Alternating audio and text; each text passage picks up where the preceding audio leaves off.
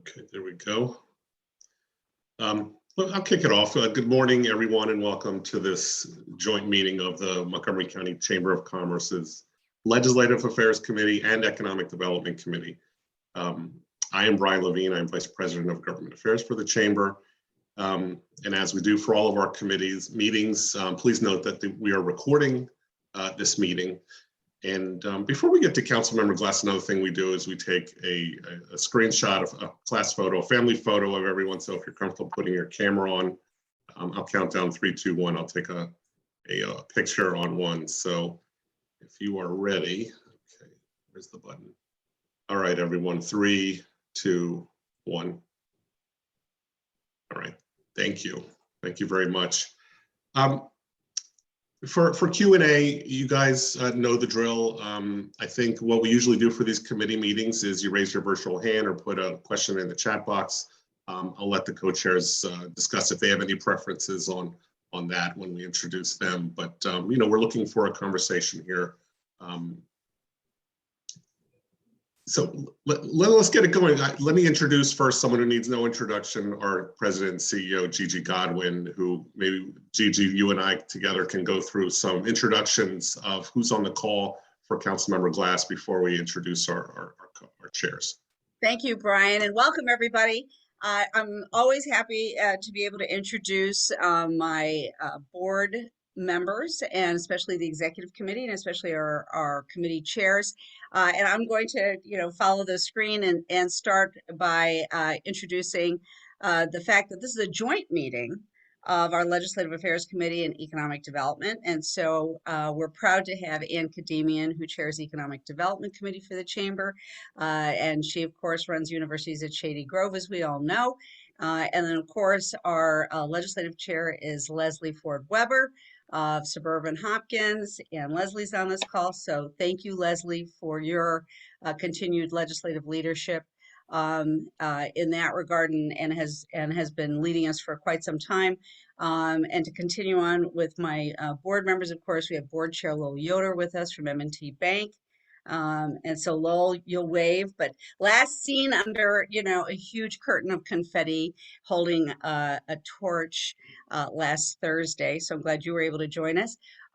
Gigi, still picking them out of my hair too. Yes, by the way. I know. I was finding them in bags and all kinds of things. They came back with us from the event. So it's great fun.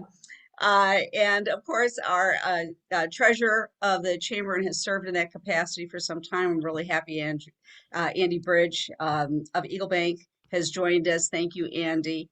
And then, of course, we have Bill Wishman from Kaiser Permanente, also a member of our board of directors. I'm happy to see Steve Robbins, member of our board, former board chair, also chairs our Public Safety Awards Committee. So thank you for joining us this morning. Thanks so much for that. And of course, we have a lot of other, and we had Will Ellis a minute ago. I saw him representing PEPCO. He sits on our board of directors as well. There you are. I will. Glad you were able to join us. I hope you had a good time. It's the first time I've seen you. I know you were there, but last Thursday. So I hope that was fun for you, because I think that's the first time you've been to that event. So thank you for that. We have wonderful members that are on the call with us today as well. I see Jay Grauberger of Clark Construction. Hi, Jay. It's good to see you this morning. And of course, Susan Madden, Montgomery College. You guys were there in full force, and we met your new president in person. He has been our board speaker, so we're really happy about that. Thanks for being with us. Amy Prentice of AstraZeneca, your team was there in full force. Thank you. I see Ellen Corin on the call. Thanks, Ellen. And you were with us just the other day. Charlie Scott, of course, from Omada. We had a great conversation about part 2 of Tuesday's conversation. Mel Tull from Lee Development. And I want to make sure John Steerhoff, who runs Team Venable for us, our state lobbyist. Thank you for joining us. We do a lot of great work together. And I'm just looking to see if I don't want to miss anybody. I see, and of course, I see Chuck Connor also from Team Venable. And if I've missed anybody, please say so. Dennis Alexander, you've joined us. I'm not sure. From Easter Seals, yep. From Easter Seals, great. Yes, great. Easter Seals. I'm eating my Great to breakfast have you without with a us. camera. And so with that, I'm going to say that's it for me. But I always like to acknowledge everybody that's on the call. And thank you for joining us. Your time's valuable, and we're grateful that you chose to spend it with us this morning. Thank you. Thank you, Gigi. So with that, I think we've all been introduced. So for Councilmember Glass, we should get going. So without further ado, allow me to introduce our committee's leadership on today's joint meeting. That's Leslie Ford Weber, Chair of our Legislative Affairs Committee, and Dr. Ann Kadimian, Chair of our Economic Development Committee. Leslie, take it away. Great, thank you. And I apologize for the disappearing and reappearing act. As we were starting the introductions, all of a sudden my computer just said restarting. So anyways, we're all back, and it was fast. Who knows what's going on with IT at the hospital today? I do want to thank you all for being here today. I chair the Legislative Affairs Committee for the Chamber. And a few months ago, Ann and I were talking with Brian, and we were looking at the schedule of activities and the things that we cover in our respective committee meetings, and realized that so many times we overlap, that there are things in the economic development climate that really could be addressed by legislation or by regulatory changes. And the same time, as we were talking in the Legislative Affairs Committee, so many times the issues that our committee members most engaged upon were those that related to the health of our business climate. So we realized that there were opportunities perhaps for us to more frequently meet together. And we, as originally planned, I think everyone knows this was going to be a discussion about both state and local issues. And unfortunately, State Delegate Lily Chi isn't feeling well. So we get to have all the time this morning with Councilmember Evan Glass. And Evan, we appreciate it. And we are looking forward to having a conversation that today will focus in on what the current state is of our local business climate. But in particular, I think we also want to focus a bit on how we might prepare for the months ahead, and things that perhaps some changes that we could work together with the legislative branch to make things even better for everyone. So let me turn it over to Ann for a second. Thanks so much, Leslie, and welcome everybody. It's my pleasure to introduce Councilmember Evan Glass, who was first elected to an at-large seat on the Montgomery County Council in 2018 and named Council Vice President on December 7th, 2021. He's a member of the Health and Human Services Committee and the Transportation, Infrastructure, Energy, and Environment Committee. And he also serves on the National Capital Region Planning Board and on the Metropolitan Washington Council of Governments. It is such a pleasure to have you here today, Councilmember Glass. Welcome, and we're really looking forward to the conversation. And after you've spoken, we'll engage with some questions from everybody and have a great conversation. So with that, welcome and take it away. Well, thank you for the introduction, Ann. Thank you for inviting me to the Joint Committee, Ann, Leslie, and Brian. And Gigi, always a pleasure to speak with you and all your members. This august group here on a Thursday morning. I appreciate you all taking the time. What I'll do is share some thoughts that I have over the last 4 years, the road ahead, and then we'll just jump into a conversation. And I look forward to it. So let me just be frank about a number of issues that are in front of the council or about to be before the council. As it is important to economic development and to job creation, we need a strong workforce. And in order to have a strong workforce, we need people who can afford to live in our community. And I am fully supportive of Thrive and of the need to diversify our housing, to continue investing in our infrastructure and doing it in a smart way, so that we continue building near transit hubs, near Purple Line, near bus stations, and remain a welcome and inclusive community. The census that was reported out last year showed that we had an 8%, nearly 8% population increase over the last decade, and that 1/3 of our residents are foreign born. And if we want to remain a diverse melting pot, and bring the best and brightest from around the world to our community, we need to provide housing for them. And then also for the residents who have spent decades living here, we want to make sure they're able to age in place. And then I think, quite frankly, more importantly, for our kids and our grandkids, we have to create places for them to be able to live as well, because we all know that young people are not moving to Montgomery County. And part of that is a big conversation that includes a lot of different aspects of life and government, but one of the most fundamental aspects is housing affordability. And so we have to create more places for more people to live here and then ultimately work here as well. Another aspect of that is transportation. And see my friend Charlie here. I'll share with you all yesterday that the Transportation Planning Board, of which I'm a member of, approved Visualize 2045, which includes a lot of different projects to be completed in the National Capital Region over the next decade or so. And yes, it does include the redesign and rebuilding of the American Legion Bridge and the managed lanes on 495 and 270. I tell people that the Transportation Planning Board, before I joined it, was a sleepy technocratic board that no one really gave much thought of. But then last year, a lot of people learned about the Transportation Planning Board. And so after all of these spirited conversations, we are moving forward. And I am also excited to work with Charlie and his team and the new general manager when he arrives at WMATA to get our Metro Rail and Metro buses back to the service and reliability that many of us were used to, because our region demands that as well. Moving forward, we're going to continue doubling down on life sciences, recognizing the pandemic and the renewed interest and emphasis on making sure that all of our residents are healthy and safe. And again, Gigi, thank you very much for introducing me to US Pharmacopoeia last week, 2 weeks ago, and learning about the incredible work that organization has been doing for 200 years, as mandated by Congress, headquartered here in Rockville. And we're going to continue expanding that. And I've been fully supportive of all the changes, whether it's regulatory or zoning changes, to accommodate quick creation of either hubs, new buildings, or whatever other issues that businesses have faced in order for them to step up and deliver for all of us. Last thing I'll just say, or actually two other things I'll say.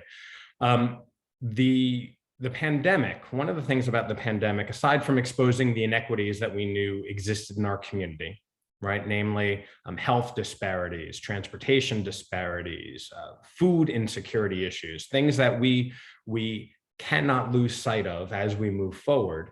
There are other things that manifest themselves during the pandemic that we can't lose sight of either. Two things that come to my mind. One was liquor reform, recognizing that people wanted to be able to get a drink, a margarita, when they got a fajita from their takeout. And those were things that hadn't happened before.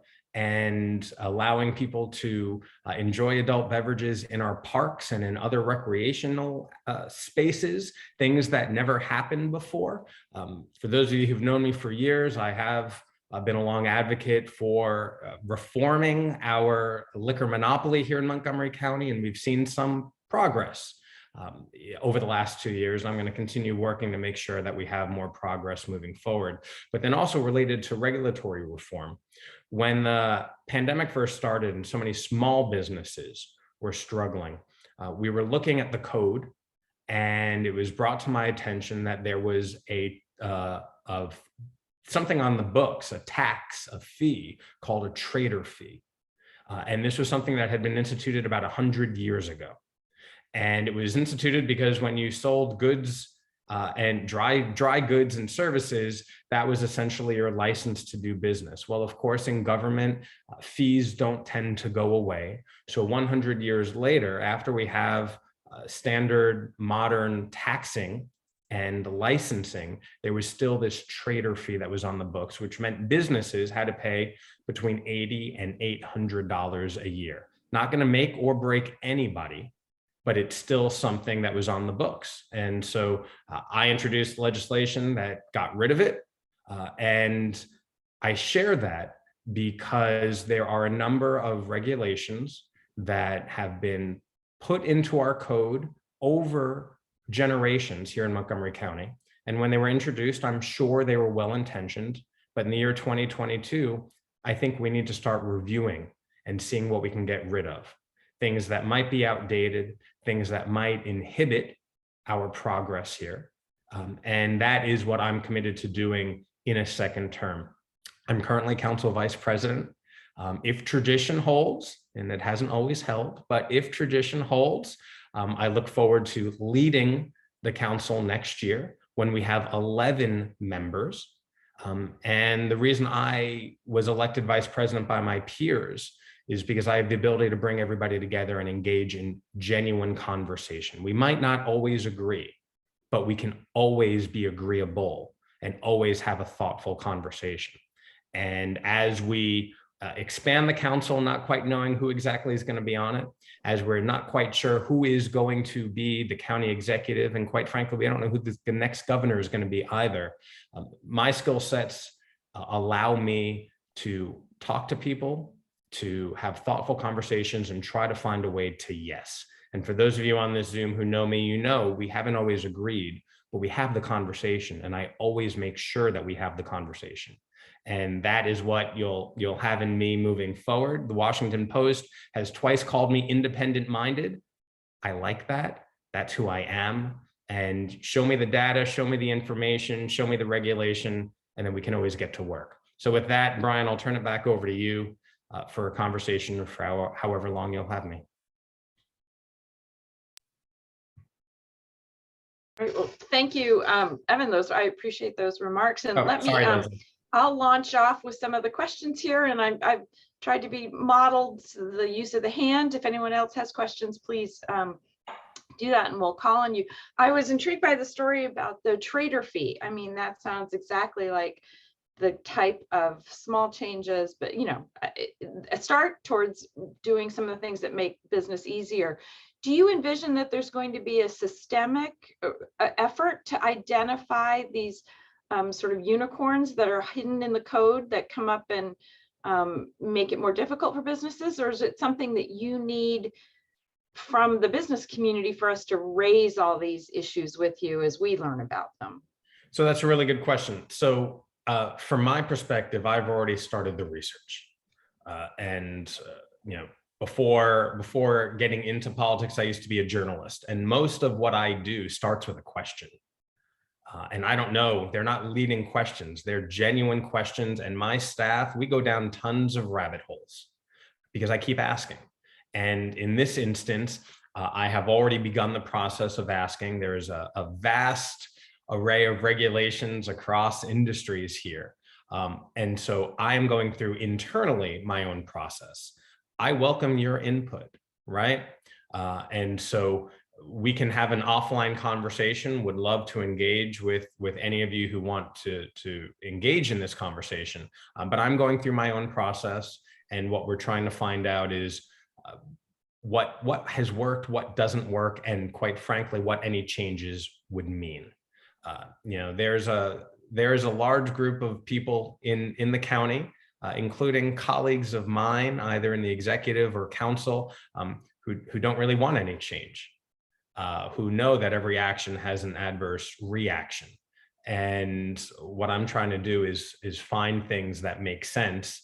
And I don't want to say that are politically viable, but there is a political reality to this as well. And that there are some things that are at the state level that we just have to implement, right? Complying with state law. So we might have a regulation, but tinkering with it is not necessarily available to us because we're mandated by the state. So we're just trying to sort through all of this, but love to have an offline conversation with you, with your committee, or anybody else to engage. Ellen.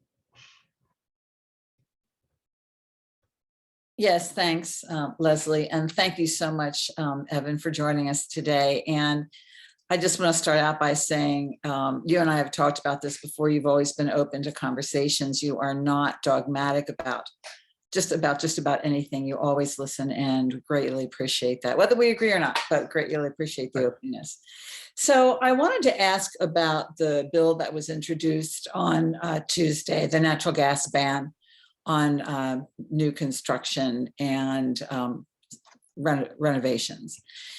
The timing is interesting to me because the bill's introduced now. The hearing is not until after the primary. Then you guys go into recess, and then we're looking at most likely what will be the new council after the primary.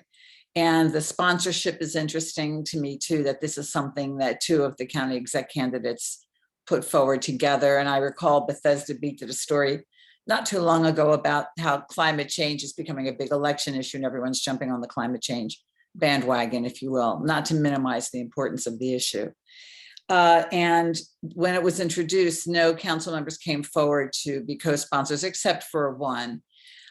This, of course, is a very concerning bill for a number of reasons, even with the exemption. So I just wanted to ask you what your sense is of the timing for consideration of that bill and where you think it's going and what your thoughts are about it.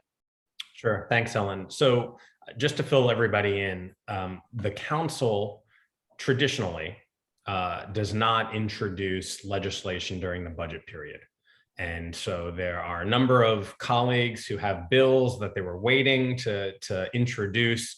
And this last Tuesday was the first time to introduce bills that they'd been sitting on during the budget. And it happens to be an election year.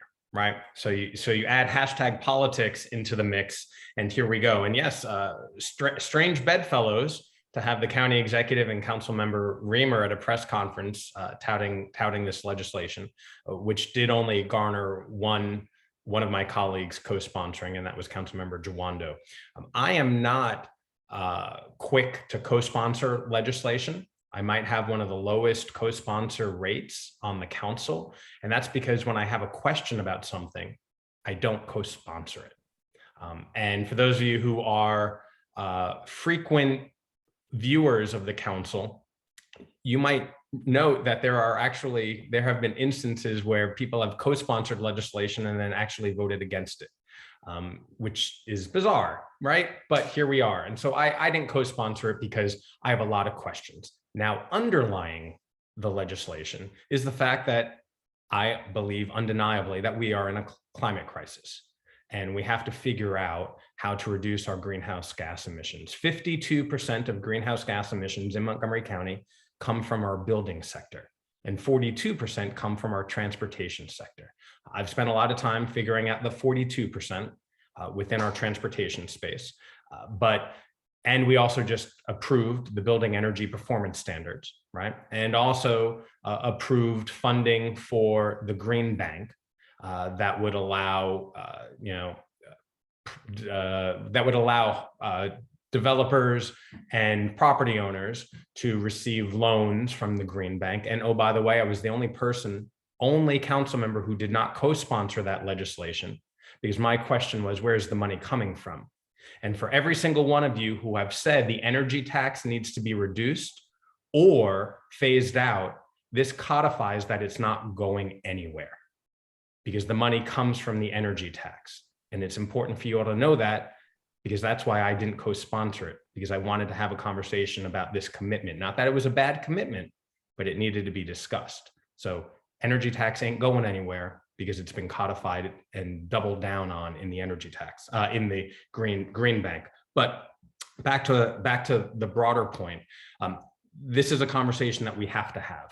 Regarding the timing was largely because of the budget, and the council president controls the agenda. This, in addition to Thrive, these are two things that will not be ultimately voted on before the primary. I don't set the agenda, but there's been a lot that we've been dealing with. And so we will have this conversation. I don't know where it goes. I welcome your input, but I think ultimately we do need to bend the curve. And I know that the state of Maryland, I just tweeted this out last night too, the state of Maryland has the strongest energy building performance standards in the country. thanks to the General Assembly. So how all this fits together and what more we need to do, I don't quite know, but we need to do something.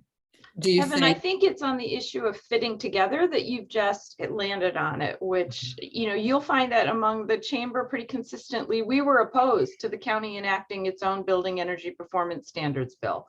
And in particular, because it would make Montgomery County less competitive to the other jurisdictions in the state. Not that the business community, it's in our own self-interest, quite frankly, to figure out how to reduce our own energy consumption, but we don't want to be forced into doing so more aggressively than the rest of the state. And I think this bill on electrification takes that same step forward, where you're going to, we want to have, we've just talked about before how we want to have more housing options here. And I can't imagine that someone who could make the choice between putting in a new multi-unit building on the Prince George's side of in Langley Park versus the Montgomery County side wouldn't make that choice if they were confronted with a more expensive building climate in Montgomery County. So I think this is an example where it perhaps does not serve us well to be out in front of the rest of the region. Leslie, if I could just follow up with Evan very quickly. Do you have a sense, Evan, of when this bill would actually be acted on? I mean, there's no work session set for it yet. And of course, we're looking at after the primary, we pretty much know, like I say, who's going to be on the council. Do you think this would be acted on by the current council, or are we looking at a carryover possibly into next year? I don't know. That is a question for Council President Albornoz, who controls the council agenda. As it relates to even Thrive, there are things that have been slow walked, and ultimately that's up to him. Thanks. Other questions? Evan, I'll give you a softball one. Your committee assignments have not been primarily in the area of economic development. So how have you served to educate yourself on these issues? Well, that's a great question. So we, at the council, there's only 9 of us, and many of these issues do come before us, before the full council. And so when it comes to legislation, I've been fully engaged and have conversations with many of you about the relevant pieces of legislation or regulations that might come before us. And then when there are work sessions, sometimes I'll hop in and listen to them, or sometimes I'll reach out to folks from MCEDC or any of the other relevant organizations and institutions here that are helping lead that work. And as a former journalist, I'm a fervent reader, and so I read all the briefings, and which I think sets me apart from others. And so I know what's happening. So I appreciate that. But as always, if there are things that you want to bring to my attention, don't hesitate to reach out, call, contact, email, and for those of you on social media, you can slide into my DMs too. Charlie. Sure, and this is more of a shout out to Evan, but I had shared with the committee previously that when the council was looking at the prevailing wage legislation, that there was an effort to kind of undo the tax abatement incentive for developing on metro property. So Councilmember Glass was the one who helped rescue the legislation that was put in a couple of years ago. So thank you, Evan, for your leadership on that. And then also, I guess if it's a question, maybe you can share kind of your philosophy of the council when it comes to social issues, and then trying to balance those issues with economic growth, economic development. So Charlie, I appreciate you highlighting this, and I'm going to expand upon it a little bit, because I think this is a really important point, what you just talked about. So 3 years ago or so, legislation was introduced to provide tax abatement for housing construction on metro sites, right? And during that conversation, we had a very robust debate about prevailing wage and whether the prevailing wage needed to be applied to projects that were on the WMATA site. And in a 5-4 vote I supported the prevailing wage. I'm actually sorry, it was 5-4 on I was in the minority, right? That it was 5-4 in the minority supporting the prevailing wage because I thought it was an important concept to lead by.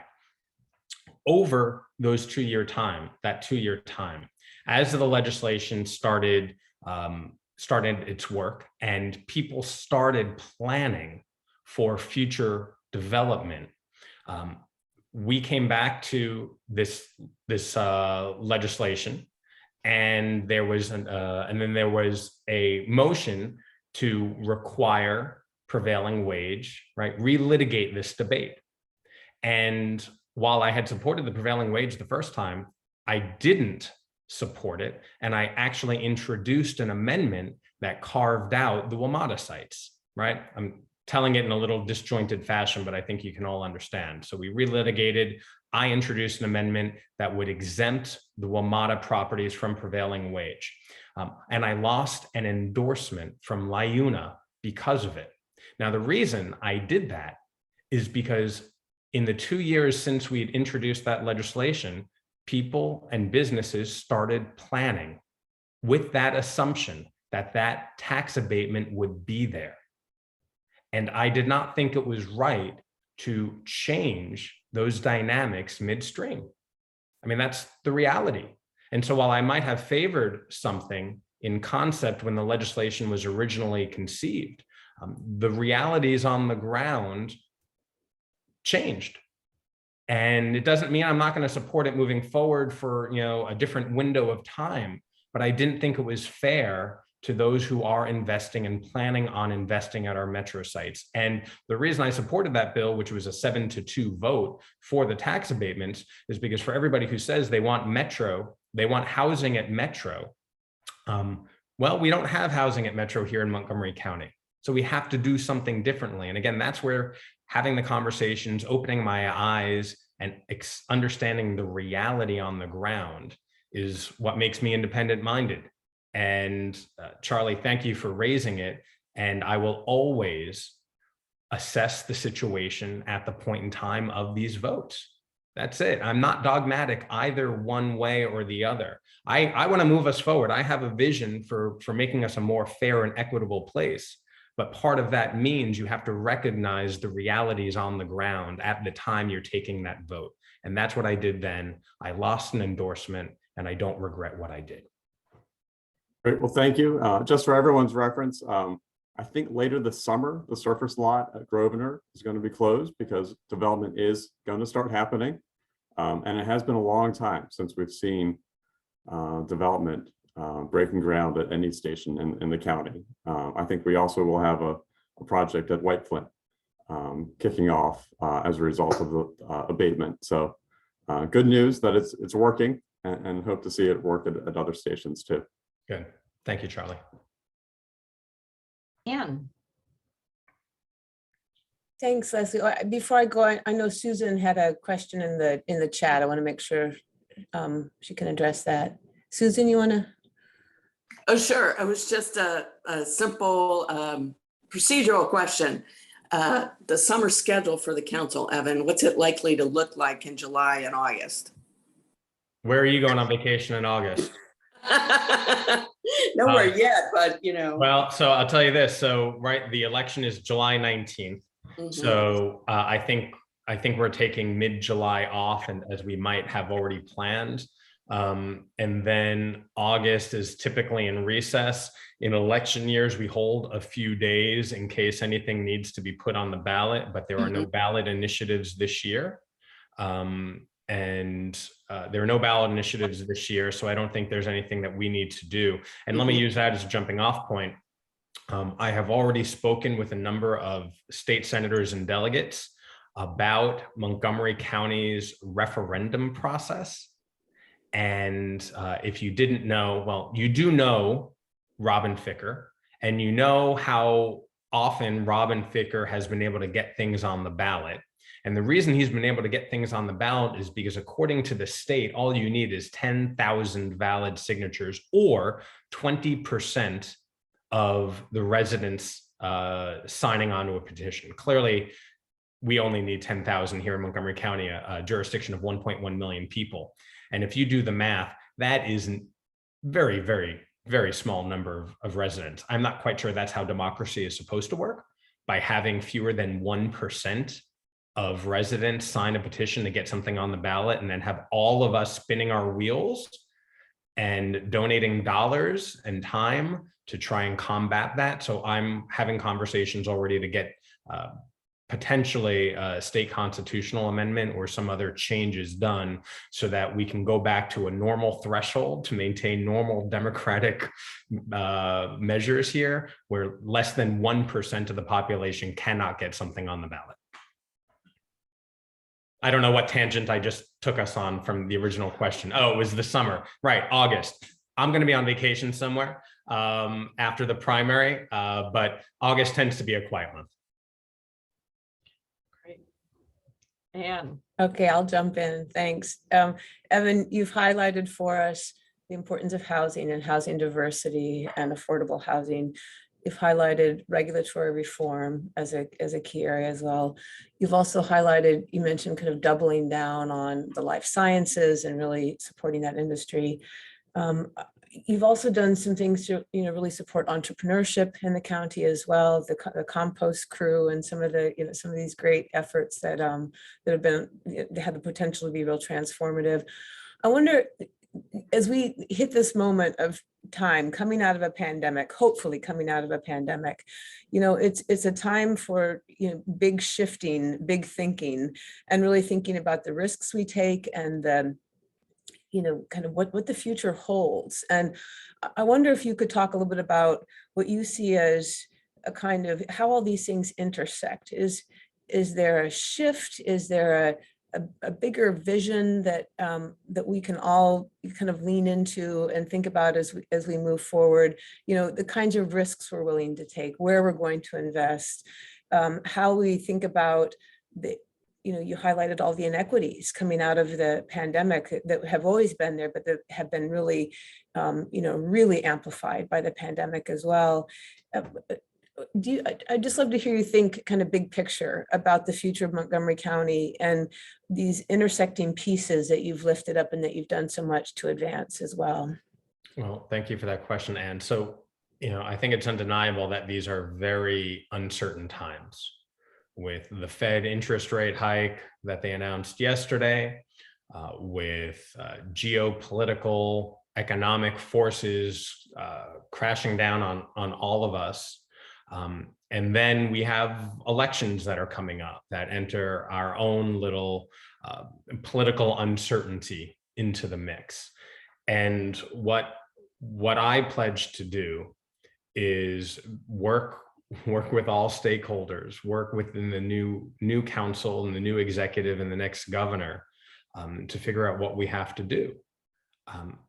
Anyone who tells you that they have the answers, I'm not one of those people.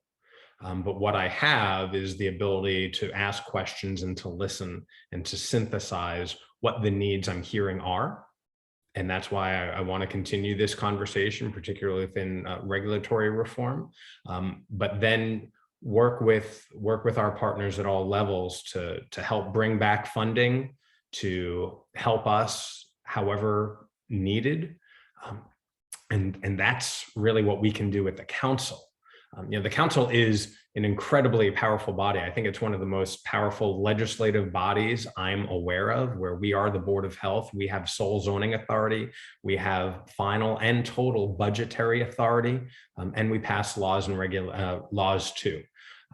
But that also means that we have to work with our other partners to complete the full vision. And that's what we're gonna have to do. But ultimately, if I were to step back, Thrive is an important conversation. How we're going to continue housing people, how we're going to remain inclusive and affordable. And of course, if we don't continue building housing here, then that just means more housing goes to Frederick County and Howard County. And then the people that move there take 270 and Colesville Road and New Hampshire Avenue and complain about traffic on those roads. And then we get into huge regional, national debates. about widening those roads, right? And it becomes what I call an unvirtuous cycle. And the way to limit those debates, contentious debates, is by doing as much as we can here.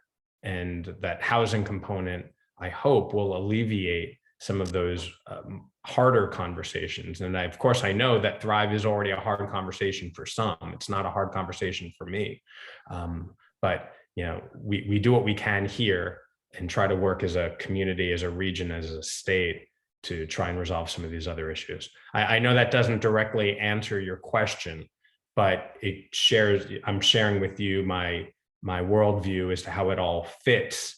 And quite frankly, the missing pieces moving forward after July 19th to figure out how we fit those pieces too. Oh, thank you. I appreciate it. Thank you. I'm going to take the chair's prerogative here and call on Mel because you haven't had a chance to speak yet. And then we'll pick up with Ellen and Susan again. Thank you, Leslie. Yeah, Evan, it's probably been nearly 20 years since I first ran into you. And even then you were doing something about making things happen that hadn't happened before. So let's keep that up. The question you were talking about on housing is something that is going to be a major piece of, what we deal with next year and the years after. Affordable housing has come to mean something like subsidized because we require so much in a housing unit these days, not just potable water, clean sewage treatment, a wooden floor and a solid roof, but bicycle racks and 45% of the site covered by trees and some things that people might consider to be frills in the affordable world, when you're really just looking for a place where you can turn on the lights at night and get some rest and maybe cook a meal. I think it's time I urge you to take another look at what we really want in an affordable housing unit. Does it need 2 parking spaces? I don't know. But beyond that, the people who are going to live there are supposed to be working here someplace. And you've studied the transportation for a number of years, and you know where they're traveling to, where the jobs are. And I wonder, in talking to the people who are creating those jobs, not the developers who want to build a building, but the people who are actually employing folks to do something, to create those jobs. If you've seen some things that the county, you should be doing over the next couple of years. Go ahead. Yeah, no, so thank you, Mel. And it's been a wild ride over 20 years or so. When I first moved to downtown Silver Spring and said, hey, let's build a community here. Let's start having festivals. Let's build a neighborhood association. And the neighborhood association that I founded, the South Silver Spring Neighborhood Association down in East West Highway by Denizens, for point of reference for many of you, started becoming known in Rockville because we were a group of 20, 30, and 40-year-olds who were in support of things. The very first letter or testimony I supplied to the council was, and this is a throwback, in support of Discovery getting antennas, or NPR getting certain antennas when they were toying with coming to Silver Spring. I didn't even know what a ZTA was, but I was like, if NPR wants to come here and they need antennas, I'm gonna write a letter in support of antennas, right? And so that dates all of us, especially me, but here we are. And so regarding affordable housing, I try to use the term affordable housing and housing affordability in the same sentence, because clearly we need affordable housing for the people who are making, under 50, 60% of AMI, but we need affordable housing for a newlywed couple who just graduated from grad school with hundreds of thousands of dollars of school debt and are trying to work near NIH or FDA or somewhere else and just can't make it work, right? And so that's why Thrive and missing middle and all the other terms and jargon that we create by the week. Unfortunately, I think we need to stick to some common phrasing here, not to confuse people. But that's why all of it is important. There are other things that we can do to help people and you mentioned, car minimums. I'm not sure that car minimums work. I don't think they work. I served as vice president of Montgomery Housing Partnerships when we opened the Bonifant, which is 110 unit affordable housing for seniors, co-located in the Silver Spring Library with 0 parking spaces, recognizing that the building was at a Purple Line stop, 2 blocks from the Silver Spring Metro, and within two blocks of a Whole Foods and a Safeway. And so more thoughtful creation of things like that. And again, I know that is affordable housing, heavily subsidized. But another thing that I've been supportive of that some of you might know is, making our buses free, providing another transportation route, avenue for people. When I made, in my first 6 months on the council, when I made our buses free for all kids, youth ridership in the next 6 months increased 57% on Ride-On and about 51%, 52% on Metro Bus. We all like data here. That is a huge success. And that's why I've been pushing for free Ride-On as well, recognizing that the average household income in Montgomery County is about $108,000, $109,000. The average household income for someone who takes the bus is $35,000. And so while we provide rental assistance, we provide food assistance, we do a whole lot of good with our social safety net. Sometimes we just need to meet people where they're at, and that's at the bus stop. And by providing free buses that are reliable, that are safe and frequent, it adds one more way for them to get around and for us to build housing in potentially places that might not have had it. And at the same time, the county is undergoing a reimagining survey to rethink our bus routes because they really haven't been done in the last 30 years as we've continued to grow and develop. And so I think all of these in the mix, taking the holistic approach to different types of housing and quite possibly how our transportation networks facilitate or inhibit future development. All of that is currently in the works. Thrive will allow that and all the master plans and sector plans thereafter, and the reimagining our Ride-On system survey, I think will help connect the dots literally and figuratively. You're pointing out that the average rider has such a low income. The problem is partly, how do we get some jobs in those areas where the buses run? So people who are going to make $120,000 can also take that bus and raise that average income on the bus. How do we get the jobs there? So East County is waiting, right? So we're going to have another campus, proud to approve, a study to figure out a 4th campus for Montgomery College in East County. We're still waiting on Viva White Oak. We're still waiting on Burtonsville Crossing from Edens. And then the other area where there's a lot of Ride-On ridership is Gaithersburg, which clearly has a lot of life science businesses, but I'm not quite sure that's where all the riders are going to. So we need to be more thoughtful about this. And yeah, we need more jobs in more parts of the county. Ellen. Thanks again, Leslie. So this is not my question, but I'll just say, how do you get the jobs there? One thing that you do is not start imposing more laws that make it more expensive to build and more prohibitive to build, such as the natural gas ban. So, but having got on my soapbox about that for another moment. This is more of a crystal ball question, Evan.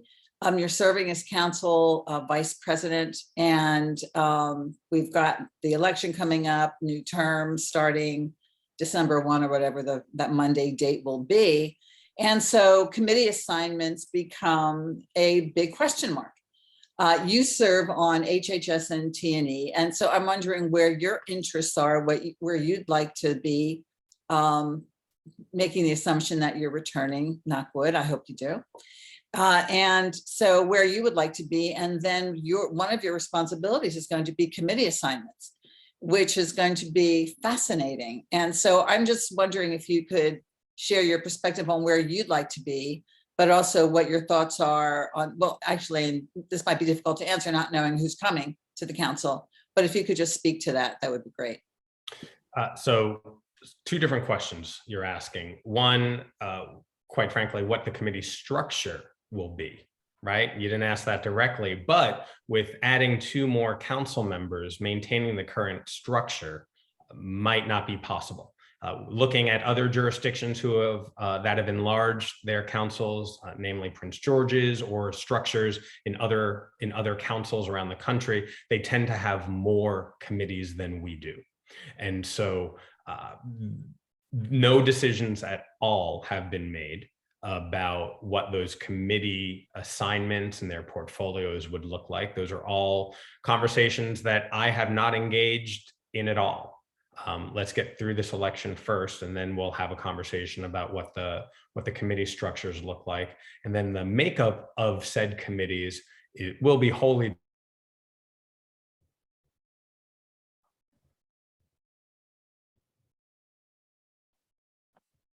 Did we just lose Evan for a I think moment? Evan's frozen. Yeah, little unstable network there. Do we have any of our internet providers on today? We lost you, Evan, but you're back now. Okay. So the committee structure is one thing that I would say is a work in progress, but we haven't even started that work in progress, right? But I know, looking in the crystal ball, that's something that we have to figure out. And then the makeup of said committees will be determined largely by the new council members. And that will be a series of conversations seeking their interests and balancing that against the prerogative of returning council members to stay where they are or to seek other committees. So it'll be a balancing act, but all of that will happen after July 19th. Any thoughts about where you'd like to be, where you'd like to put your focus? I am quite happy in the 2 committees I chose in my first term, but that could change depending on, if we create a new committee or committees and what their portfolios might be. Let's go to Steve, and then Mel will come back to you again. No. Thank you. Good morning, Evan. Hi, Steve. Hi. And Ellen, that was a great question. And Evan, I want to let you know that I would be delighted to serve on the Fed committee if there's room. I knew you were a glutton for punishment. You just proved. I mean, if you really want to get something done, go outside the box and let a private sector person serve on the Fed committee. Yeah, go to a lawyer. That's the answer. It's a great idea, Evan. Anyway, I wanted to go back to the energy. Gigi's cracking up. I wanted to go back to the energy tax. Yeah. A lot of people in the community, in the business community, view the energy tax and where it is right now as sort of a going back on the council's word of getting rid of it.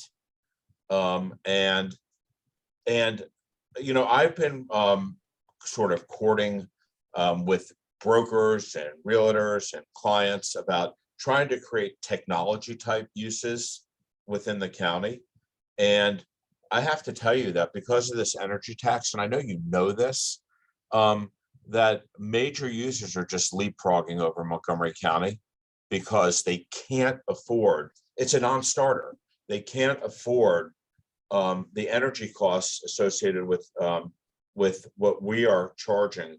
And I'm referring to uses like data centers or other technology type uses that could generate gazillions of dollars for the county, like they are now in Frederick. They're starting in Prince George's County. Obviously, across the river, they've been hitting grand slams with this. And I don't know that it's a question, Evan, but it is sort of just a reality check in terms of sometimes I feel like we try to do too good. And at the result of being too good, we sort of paint ourselves into a corner. And I think the energy tax is a really, really strong example of something that really was supposed to be off the books. And we could be in a different spot now. And now, like you said, now we're entrenched in it. Right. And I'm going to come back to what I said because it's really important. I was the only member of the council who did not co-sponsor the Green Bank legislation because it not only doubled down, it tripled down on the need for the energy tax. Full stop, period. That's what it did. And I supported the legislation. I support the goals of it, but the funding mechanism raised my eyebrows. That's it. And I don't know what happens, right? Because we've recommitted our need for it. What I'm concerned about, quite frankly, looking into the crystal ball, is next year or the year after, when all the federal funding that we've received goes away, and we quite possibly have a recession, how all of this balances out. I have great concern there. This budget, the $6.3 billion budget that we just passed, that everyone lauded because it is a good budget and serves our community well, there's a lot in that budget that was buffered by federal support. And when we have conversations, should we need to have conversations next year or the year after about budget reductions or rejiggering things, this is when it gets hard. And this is when we have to have this conversation, about the energy tax and about business as usual, not in terms of, standard practice as usual, but just be cautious about those conversations and what we do. And so do the conversations get easier or more difficult with 11 versus 9? So that's a fair question. We'll find out. But the reason I was elected vice president over colleagues who sought that position was because a majority of my colleagues recognize, as I've shared with you, and as I hope you genuinely understand in me, that I can have a real conversation with people. And, who knows who joins the council, whether it is a Chamber of Commerce president or a member of the Democratic Socialists of America, right? I can have conversations and try to say, this is what we need to do, cut it out, for the good of the body, for the good of the community. Let's try and take this approach because I'm not dogmatic, right? Because I'm trying to do what's in the best interest of our community based on the particular issues or a holistic approach. And so, Steve, just back to your general question, duly noted, but the actions that have been taken undermine the intention or the goal underlying your question. And let's hold on to that as we move forward under more precarious economic conditions. Well, I thank you for the answer. And I just want to say I have to sign off because I have another meeting I have to go to. But I want to just say, Evan, that the question also that Charlie Scott brought up about WMATA, and you went to the prevailing wage and your stance on that showed true leadership, the way you handled that. And I'm working on several developments that are dependent on that type of legislation, and it was greatly appreciated. And thank you. Thank you, Steve. Keep me posted on those developments. We will. And Charlie's right. The one at Grosvenor is starting imminently. So we're very excited about it. Excellent. Okay. Thanks. Thank you. Have a great day. Thank you. I think we're going to lose a few people here. I saw Bill jumped off too, so maybe we'll try and give folks a gift of time and not go quite till 10, but we certainly have time for a couple more questions. Mel, back to you. Thank you.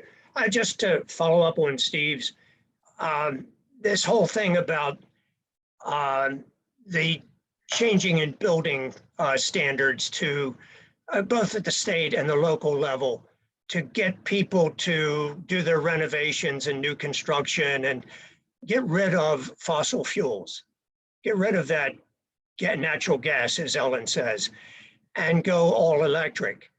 would seem over the next 1 or 2 years to be a good thing to tie it to if you wanted to exempt electricity from this energy tax. As we force more and more people onto electricity, why not exempt them from the energy tax? That would take care of this other thing that Steve brought up, that we're losing a lot of businesses and a lot of jobs. And at the same time, it's going to start a discussion with Ellen about what we're doing to fossil fuels. But here's your opportunity over the next year to do something in support of these energy efficiency issues that we're sponsoring. I think that is a creative idea that I'll look into, and I appreciate the suggestion. Ellen doesn't. I think as a policy, when we sit here in the business community or in any community, you know, part of our sector of our local, and all we do is complain, it's not particularly helpful to our elected leaders. So I think coming up with solutions and at least batting the ideas around is probably I love them. more productive. Yeah, Leslie, if I may, you're right, Mel, I have mixed feelings about that, but I will say the direction the county is heading is very concerning to me. Also, as a resident living in a high-rise condominium that was built in the 70s, and buildings like mine are also being targeted for the natural gas ban. I don't, you know, we're a bunch of residents here and many on fixed incomes. I'm in Friendship Heights. And so we have a large senior population on fixed incomes. Now we're looking at it at a huge expense, not just for the whole building, but for. Oh. Now it's Ellen's turn to freeze. You know, our building, I have, oh, figures. I'll go like this until you tell me I'm not frozen.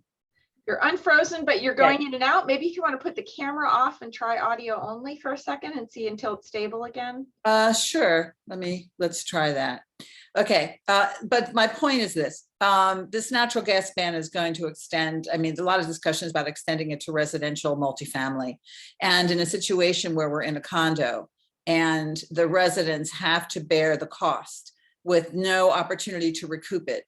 Not like with rent or any other, or raising prices, and you've got people on fixed income. This is an extremely costly and cost prohibitive proposal. And I understand about the Green Bank providing low interest loans, but that's a loan.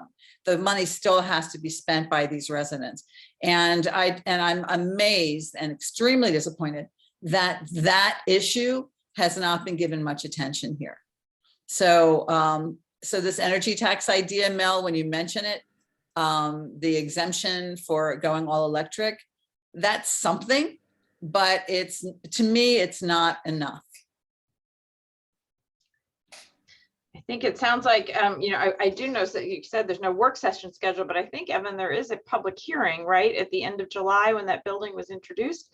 Maybe these are some of the types of things that you all will expect to hear. And you know, as anything, it all gets into, what do we call this, the sausage making, opportunities to carve out additional exemptions, to extend timelines, to align better with the state. You know, maybe some of those things that we're looking at and amendments. Mr. Chair, Lowell. Thank you. Just maybe a philosophical question a little bit, but in the business that I'm in the commercial banking business, obviously we're very heavily regulated. And some of the risks associated with what's lending in today's environment, and one that the Federal Reserve is really honing in on now is environmental risks associated with our borrowers and the impact of that. I think just in general terms, a lot of people don't have a full understanding of the cost of the real cost of change in the climate, first of all, right? I mean, because you just look at the weather map today and you see, if you add up all the costs of a change in climate, it's very, very expensive, right? So it's an externality that's probably just not born somewhere. So fixing the environment would be, in the long term, would be a way to reduce that cost and quality of living.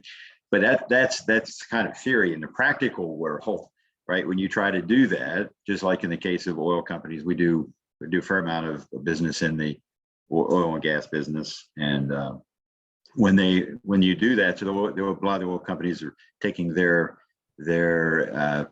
expenses for R&D or for exploration. Their CapEx is going to renewable types of things, which is good. The only problem is when you do that, you're not exploring new wells. You're not doing things. So you have a supply issue and you have a price increase that's going to be very, very high. So I guess my question is, do we have the fortitude to really pay for a conversion, especially if it's just done on a regulatory basis? Because I would assume that at some point the banks, if we're making loans to oil and gas or natural gas, we're going to have a higher capital cost associated with that, which is going to make it more expensive, which is going to make it, we call them brown industries. So I can see the regulatory arm is coming down on all those, but what it's going to mean is a long period of time, a very high cost for this transformation. And do you think, I guess my question is, do we have the fortitude to do that? Because how long will people pay $6 a gallon, right? It's just going to be, eventually, they'll probably, through an election process, right, you're going to find people who aren't going to. I'm just curious what your view is on big picture on all that. So Lowell, I think your philosophical question about brown industry might be better over a brown glass of bourbon one night, right? So we can better explore this. This is complicated, right? For as much as I think we all agree, we want to lessen our dependence on fossil fuels. At a time when gas is approaching, at least from a dollar figure, an all-time high, maybe not a historically accurate number, an all-time high. But the confluence of all of this, and now even President Biden is suggesting that we drill more, right? These are the crazy times that we're in. And it is hard to reconcile our need to be greener and cleaner with the economic costs that are already high. I get it, which is why, again, I come back to the point that I co-sponsor legislation that I understand and that is clear in its intention and how it gets us there. When I have questions about things, I don't co-sponsor them. This piece of legislation and the way we achieve more renewable energies and meet our climate change goals, this is all part of the mix. Now, I'll also share with you, 2 years ago, over the last year or two, we had a very robust debate at the council about putting solar panels in the agricultural reserve. Some of you remember, and you'll remember how hard that was. I was part of the minority on the council that supported a very strong renewable energy green solar bill that would have capped the acreage to 2%, if it even got that much, on property for property owners who wanted to be able to have solar panels, generate renewable energy, and continue to farm the agrovoltaics. But a majority of my colleagues, a super majority of my colleagues, watered down the bill. And if it was hard to get solar in the ag reserve, all of these things are just even more complicated. And so let's grab that bourbon at some point in time. But some of these things, I willingly admit, we can't do everything here in the county. And we need our state partners and our federal partners to help us. And going back to Leslie's point, the interconnectedness and working hand in glove to get these things done, I understand that. So that's the best I can do at 9:40 in the morning. Well, actually, my clock says it's a little more advanced. And Evan, you were kind enough to give us a heads up that you needed to leave here in a couple minutes. So I thought I was just splitting the morning with Lily. No, that's all right. Okay. That's quite all right. Any last words, thoughts you want to offer up to our group? No. I enjoyed this conversation. For those of you who didn't know me, I hope you learned a little bit more about me and about my approach to moving us forward. I clearly have a vision where we are a more just, a more equitable, a greener community. But I understand the work that it takes to get us there and the conversations it takes.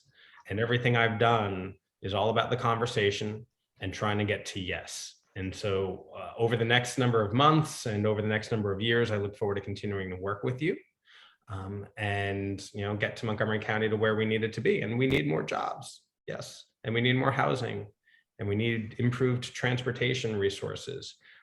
And all of that will make us a better community. And so thank you for everything that you do. And let's just continue the conversation, okay? Very good. Anne? Thank you. Yeah, I just Well- want to say thank you so much. Yep. Yes, I would say here to that. I'm glad that Evan's invited all of us to happy hour. where and I agree. I mean, I think everything starts with a conversation, and this was a great one this morning. And I very much appreciate your comment that, you know, which is essentially we're not in a bubble here. You know, the decisions that the county council makes has to take into consideration what's happening around us, what's happening nationally and globally. You know, when we talk about energy alternatives, we have to think about how great it's great, but nationally there are all sorts of, you know, grid issues, power grid issues. I know we have Will on the call from Pepco. You know, you know, we have to think. I started my life on the Hill doing environmental and energy legislation. These are national issues in the context of a global economy. So it's important for us to remember that. But on the other hand, we're right next door to the federal government. So we should be able to leverage those relationships as we do in government contracting legislation, which we're doing in all sorts of other areas. So I see that as you know, the people that we need to talk to about national issues and how they affect us are our neighbors. And they're down the street, right, Evan? So, you know, I feel like, well, all right, well, then let's have that bigger conversation. So these are good things. This was a great conversation from, you know, from our point of view. And I hope everybody on the call, you know, really came away inspired. We see lots of work to do, and I'm grateful for the leadership that Leslie and Anne provided to guide our conversation today. Thank you. And I'm so glad our board chair Lowell was on the call and all of you were on the call with us today. So that's it for me, but I wanted to say thank you so much, Evan. I enjoy working with you and knew you before you got on the council. So I'm glad that we get to continue the relationship and the good work together. Excellent. Thank you, everybody. Have yourselves a great day. Thank you. Bye-bye. Bye, everyone. Thank you.